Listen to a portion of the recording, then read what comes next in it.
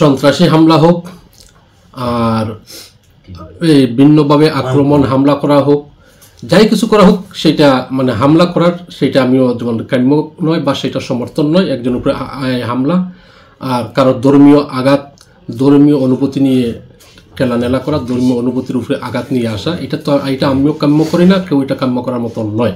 কিন্তু একটি কথা তো মানতে হবে, মানে সব কিছুর পরে একটি কথা মানতে হবে, কি সেটা হচ্ছে সে কি শব্দ ব্যবহার করেছে, বাউল। হ্যাঁ, তার শব্দটি কি আপনারা শুনছেন? আমি আবারও রিপ্লাই দিই আপনাদেরকে, সে কি শব্দ ইউজ করেছে বা সে কি শব্দ ব্যবহার করেছে বা সে কি বলেছে এই বাউল, তাহলে আপনাদের তো বারবার এটা নিয়ে আলোচনা কথা না। আল্লাহর মতো আরেকজন আল্লাহ নাই, দুইজন, পাঁচজন, 10 জন আল্লাহ নাই। শুনেন, ভালো করে শুনেন। আর যদি থাকে তাহলে দেখাও।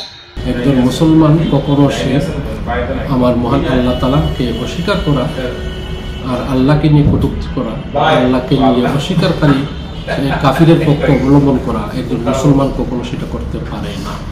আমি এই ঘটনার তীব্র নিন্দা ও প্রতিবাদ জানাই। তাকে আল্লাহকে নিয়ে সে কটূক্তি করেছে, এটার তীব্র নিন্দা জানিয়ে শেষ করা যাবে না।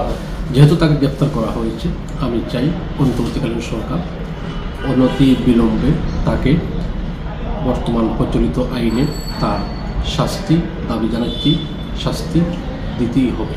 আর না হয় যদি সে কোনো ধরনের ফাঁকফোকর পেয়ে যায় আর কোনো ফাঁকফোকরের মাধ্যমে সে মুক্তি পেয়ে যায়, তাহলে আগামী দিনের বাংলাদেশের অবস্থা খুবই জটিল থেকে জটিল খারাপের দিকে যাবে।